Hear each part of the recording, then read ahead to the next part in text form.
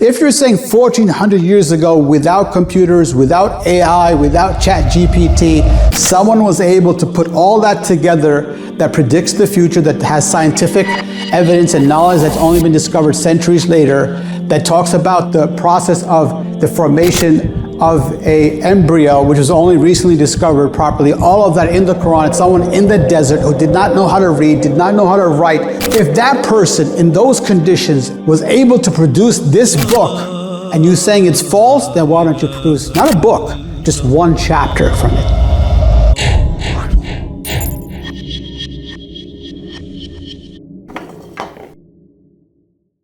What are certain things that need to either be removed or that need to be in place for there not to be doubt? Evidence that's true.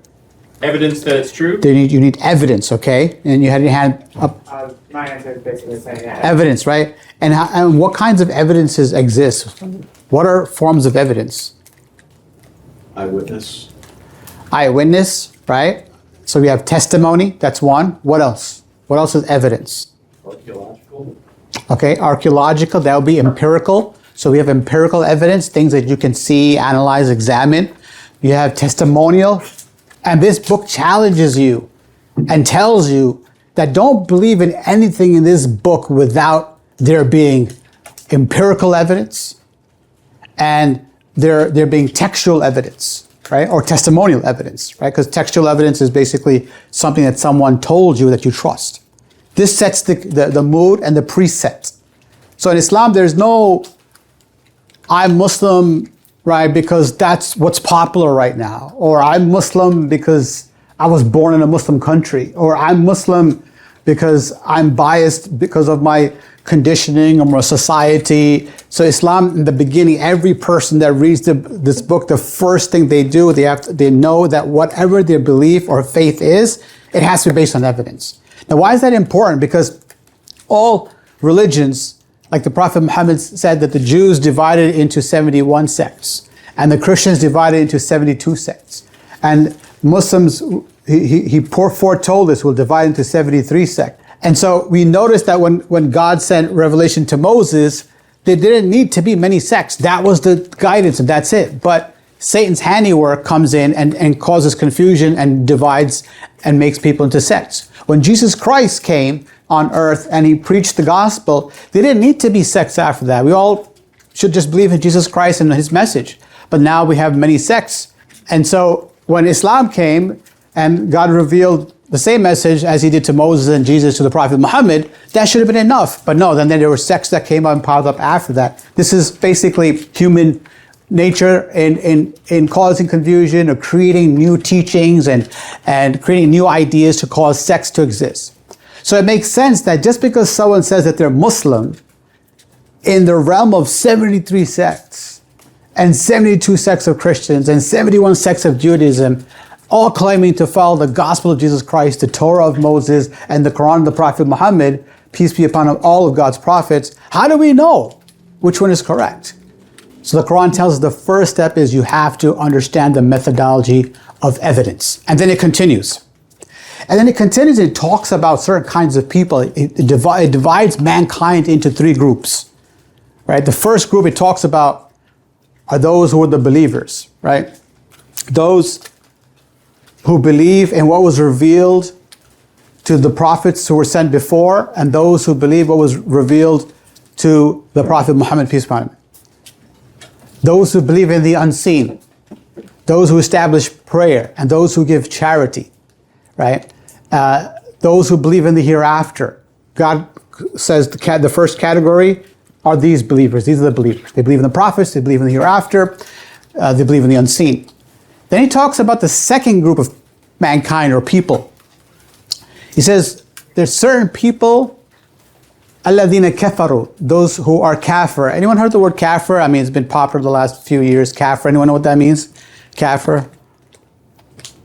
Okay, kafir is basically an Arabic word. It's translated as disbeliever, right? Someone who's not a believer. But that's not a really good translation because kafir comes from the word kafara. Kafara means to cover. And so in Arabic, a farmer is called kafir, right? A farmer is called kafir because what does a farmer do? What does he cover? Covers the seeds. Excellent. He covers seeds, right? He puts seeds into the soil and he covers them. So he's called kafir, someone that covers, right? And so God is calling someone who rejects faith, rejects evidence, rejects revelation, someone that covers. The question is, what is it that they're covering? Well, he explains that when he describes their personality. He says, it is the same to them that if you present evidence and warn them, or if you don't present any evidence and don't warn them, they won't believe. In other words, if you see stark, convincing evidence, or if they don't see it, to them it's equal. Now, how can someone become so numb to evidence? How does that happen? And then God talks about that. So God has given us certain faculties to assess evidence, right? God talks about us being able to see. This seeing is for empirical evidence. We've been given eyesight so we can see empirical evidence. We've been given hearing so we can hear valid and credible testimony, right? These are tools that God gave us to use to ascertain what the truth is by analyzing evidence. Now, when we start to lie to ourselves by denying empirical evidence, by refusing to accept credible testimony, we start to become ungrateful to God Almighty. Because God Almighty gave us the seeing, He gave us the hearing to understand who He is and what the true path is. But once we see clear evidence, and once we hear clear evidence, and then we lie to ourselves, oh, it's correct, but you know what, I'm just going to follow what I've been told, or I'm just going to follow because this is the fashion, or I'm just going to be an atheist because, you know, that's how I grew up as an atheist, or I'm going to continue my vices because this is what the pop culture tells me to do. I'm just going to follow that, even though I know intellectually that evidence is pointing to a different direction. I start to lie to myself. And this characteristic of lying is the foundational sin that causes so many other problems. And this is why the Prophet Muhammad, peace be upon him, said that a believer does not lie, right? He can commit other sins, but he does not lie. Because once you start lying to yourself, now you're going to lie about God, you're going to lie to other people, and your whole world gets destroyed. Because once you lie to yourself, you're not honest to yourself anymore, then you have no standard, right? Once you lie to yourself, you open the door of manipulation. You allow yourself to be manipulated by others because the truth doesn't matter anymore. Evidence doesn't matter anymore. And so you allow yourself to be manipulated through other drivers that exist that will stimulate your emotion or your desires or whatever it may be. And so then God talks about in the next verse, He says, He has then sealed their hearts. So now if they see evidence that is so clear, they're not going to be able to understand it anymore. And this is why God Almighty said, it's the same if you present evidence to them or you don't present evidence to them, they're not going to see it. And so the number one lesson in the Quran and the number one lesson for every person is to question their faith and their belief, and there should be no doubt in it. And so then the Quran then continues and He speaks to mankind. God says, "O mankind, worship your Lord," right? And then He says, and if you're in doubt, right? So it's all about evidence and removing doubts. God says, and if you're in doubt to what we have revealed to our slave, meaning the messenger, the Prophet Muhammad, sallallahu alaihi wasallam, peace be upon him, if you're in doubt, then bring one chapter like the Quran. This is textual evidence, right? You have a text from the Creator, that's testimony. If you're saying 1400 years ago, oh dear reader, whoever's reading the Quran, Muslim, non-Muslim, doesn't matter. If you're saying 1400 years ago, without computers, without AI, without chat GPT, someone was able to put all that together that predicts the future, that has scientific evidence and knowledge that's only been discovered centuries later, that talks about the process of the formation of a embryo, which was only recently discovered properly, all of that in the Quran. Someone in the desert who did not know how to read, did not know how to write. If that person in those conditions in the desert was able to produce this book, and you saying it's false, then why don't you produce, not a book, just one chapter from it. Produce one similar chapter. That's testimonial evidence. Then God gives us a second evidence.